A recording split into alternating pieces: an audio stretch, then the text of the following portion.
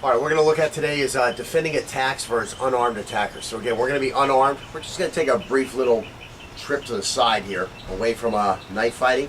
We're just going to show how some of the knife fighting skills we have picked up what's the word I want to use?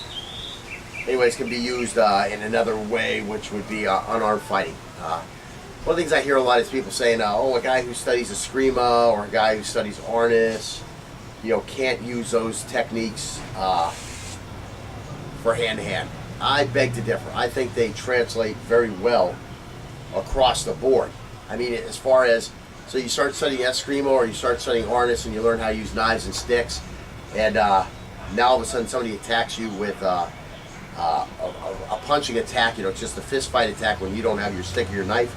I think you have a whole lot better chance to succeed versus if you did nothing. If you do have that Arnis and that Eskrima experience, especially if someone has taken the time to show you how you can translate these from the stick fighting to the hand-to-hand. I think they translate very well. Again, if you're just a pure Eskrima Arnis guy and all you ever do is train with a knife or a stick, and all of a sudden a guy attacks you and you don't have your knife and a stick, and then there's a guy who's studied Wing Chun or karate, yeah, that guy's going to do better than the Arnis Eskrima guy. But on the other hand, the Arnis Eskrima guy is going to do a lot better, especially if he's had somebody show him this is how this translates. He's going to do a lot better than any other guy who hasn't had training is going to do. So again, any training is always better than no training. And I say that with, not tongue-in-cheek, but I say that, with a warning that, you're better off to get trained if you're going to put yourself in harm's way. Or if you want to make sure that you can succeed should harm's way come into your area where you're not out looking for it. So again, that's what we're going to do. We're going to give you some of those translation tips so that you can more quickly take yourself from just being a knife fighter into being a hand-to-hand fighter and being a trained hand-to-hand fighter because you have had training. So all we got to really do is show you how to translate that. So we're going to show you that. And again, in my system, everything translates from one to the other, because what you're going to see here is what we're going to see when we do the hand-to-hand course. It's basically going to be the exact same stuff. There'll be little differences where you hone it specifically for hand-to-hand, but the basics are all translate from one to the other. Hand-to-hand, handguns, rifle fighting, knife fighting, stick fighting, they all translate across. The basics of everything translates across, so it makes it very easy for, again, the skills you're learning in one thing to make you very ready for the skills you're going to learn with the next type of weapon. So let's get on to that. Let me start. Defending attacks for an unarmed attacker. Defending an unarmed attacker can be handled in exactly the same way as you defend an armed attacker.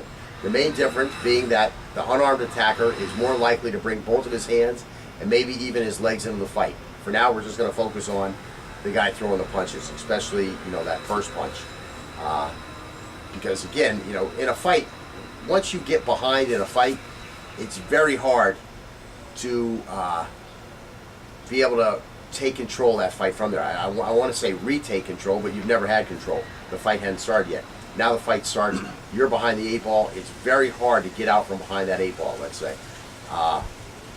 Because this guy just keeps it coming at you, and first you have to defend before you can get an offensive attack going. Because if you just try to, this guy's throwing a punch, and you just decide, oh, I'm going to punch him first, well, guess what? You're going to be too late. You just got hit.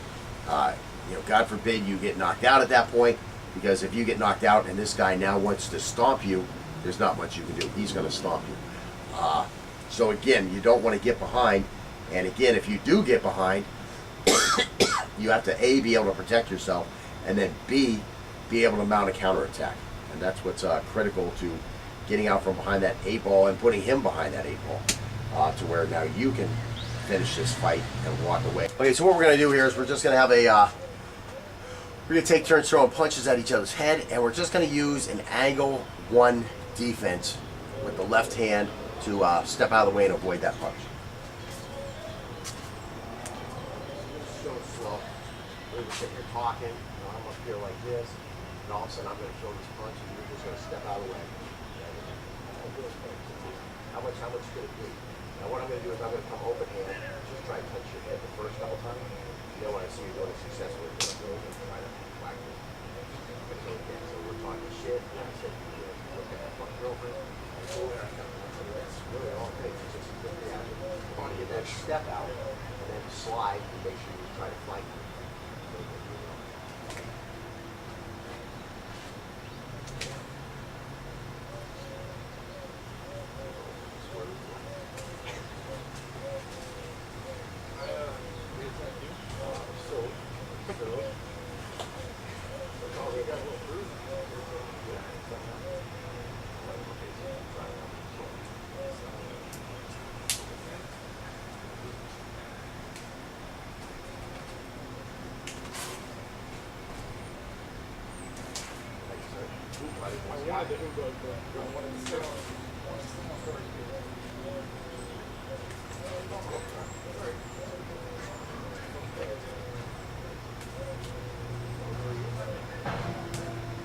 Especially if I start like this. What do you want? What's the problem? When I start like this,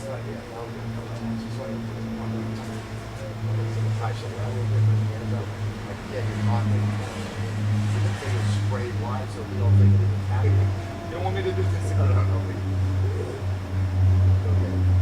Yo, cocksucker, I saw you looking at my fucking girl, man. What's wrong with you? And that becomes painfully hard. Now you start, like you say, you start throwing that haymaker. You son of a bitch. Now you're really out. Okay, so that's pretty much, I mean, you see. That's the lesson for today. You see that translates relatively well. Again, having the hands up here somewhere in some type of ready stance. And again, you know, you don't want the hands like facing this guy directly like this. You know, just, you know, they're up and they're out here. And talk with them, you know, what's the problem, man? What's the problem? Get them moving so you're in that fluid, high ready type position. Have them up here like this. And just, what's going on? What's going on? And now when he comes, you know, you're just stepping off that side, spinning that center line, getting off his fighting center, getting some between you and his weapon. And again, you know, you don't have to be directly between you and the weapon. You can flank that weapon while we step to the side. And boy, that skill seemed to translate really well. Very easy. I mean, I didn't have a problem there. So now we'll try that with the other hand a little bit, and we will do some zone 2. So we'll go through all that without coming back over here. Yeah. So again, yeah. So so here, let me put it this way. You can throw the punch. We'll throw a couple left hands first, and then we'll go to this block. So what you want to do? No, I'm doing zone 1. Whoops. You're the problem. You look trying to hit me. I want you to try to really hit me. So what's up, man? What's the problem? What's the problem? What's up? I don't understand what the problem is. I really don't understand what's your issue. See how it works. So I'll try a couple left ones there. And so I can fucking look at my girlfriend again. Did we have this? Didn't you fucking kill me with a knife last week, motherfucker?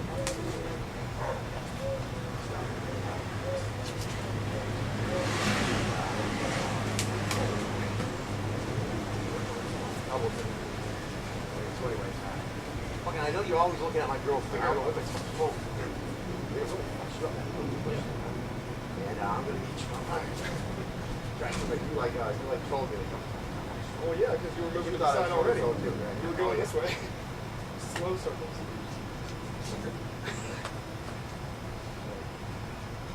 Okay, listen.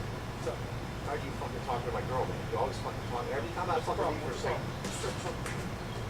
Okay, yeah, you can use either hand, but there's no point. Okay, so anyway, let's try some of those other two. So you're gonna go this way now, but you have to block with his hand. Okay. So with the right hand. And just fucking talk to my girl. What's your reaction? What? So you want to fucking hit me? You make a block and then I'm all set up and you hit me?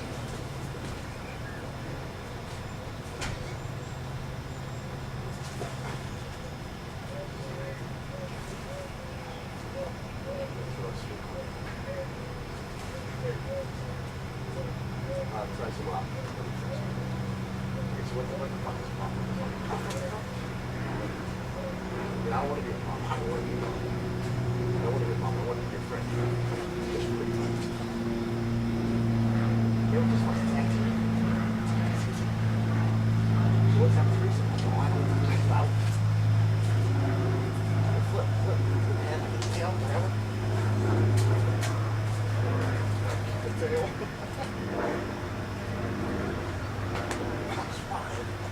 man. We're gonna fight right now. Okay, what is the issue? So again, so you see how that works, and okay, so you see how easy that works. It kind of looks like patty cake over there, maybe, I don't know. But you see how that works. And I even went to throw the hook at him one time, tried to come around when he was stepping in that zone too. And what happened? The other hand was there and it went up and blocked because we're used to using both hands in this fight. So it's translating relatively well. Again, you can practice that with your buddy. You know, if you try to hit somebody with one of these, you know, you wind up with a haymaker, your buddy will not be able to hit you. I just don't care how you try to set it up. If you try to set up one of these like you're going to see in the bar, there's no way your buddy can hit you using this type of stuff unless you really need some physical fitness work. Unless you're distracted, you're not going to get it. Distracted, maybe he could get you, but I mean, still, you know, using the body English and all that stuff, it translates very well for this. So let's look at a couple more things. All right, first thing we're going to do is we're just going to change our lead, and then we're going to throw random punches. So this guy doesn't know, your partner's not going to know if you're going to throw a right punch, a left punch, a hook, you know, a straight type thing. He doesn't know. Throw whatever you want.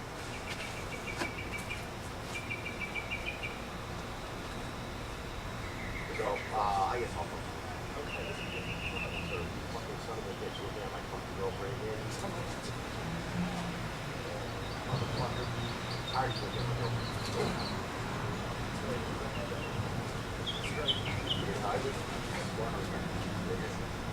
and listen, I've seen you talking to my fucking girl or something. Yeah. You just stood up to my fucking girl, talking to my girl, don't be looking at my girl and talking to my fucking son of a bitch. I want to fight so bad right now.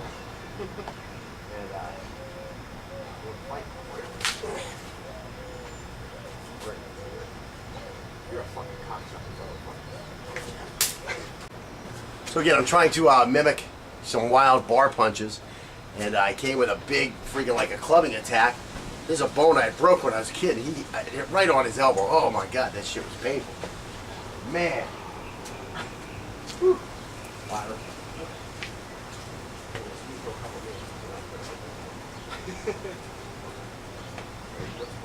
You're the front. Always, yeah, I'm never the problem. I'm never the front. So again, the big thing there was I was offline. You know, I mean, just step offline. I've been fighting center. You got me right. What the fuck is up, man? What's the problem? Caught me a little off guard there. Yeah. And what's the problem, man? What the fuck is going on here? Okay, dude, just chill. I mean, you need to chill a cello, man, motherfucker. I don't know what the fuck is going on, man. Chill the cello. Yeah, chill the cello. Right? Totally the same. Chill the cello. Just chill. Free my legs. Oh, God damn it. And there was the proverbial payback. Didn't mean to do it. Just when them guys throw those wide sweeping ones, your elbow just happens to hit it. You know? I mean, that's all it is, really. A lot of this is like spear. Spear teaches that. I forget what he calls it. I think it's called spear. Yeah, Tony Blauer teaches a thing called the spear. So that's what a lot of this winds up being. I mean, where did Tony Blauer learn the spear from? You know, he says he learned it from having people throw punches at him from close range, and that he couldn't block and trying to use his karate stuff. So then, you know, a situation like this here, so then he came up with something.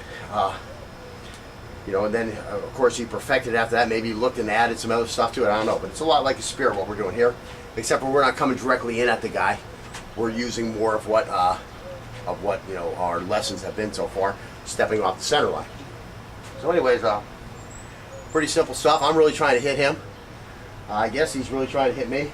And, you know, we're catching those elbows without any equipment on it. Feels real good. I mean, that's why you don't throw those punches like this. I mean, we're doing it for this, you know, to mimic the haymaker in the bar. That's why you go with those nice straight line shots at a guy when you fight, so that you don't have to run into as much stuff. You don't have as much chance of running into something, and you're forcing him to have to be a skilled fighter, stepping off the line or actually having to make that block. And it's on a reactionary basis. You know, wish him good luck. Again, if you have reason to cold cock a motherfucker.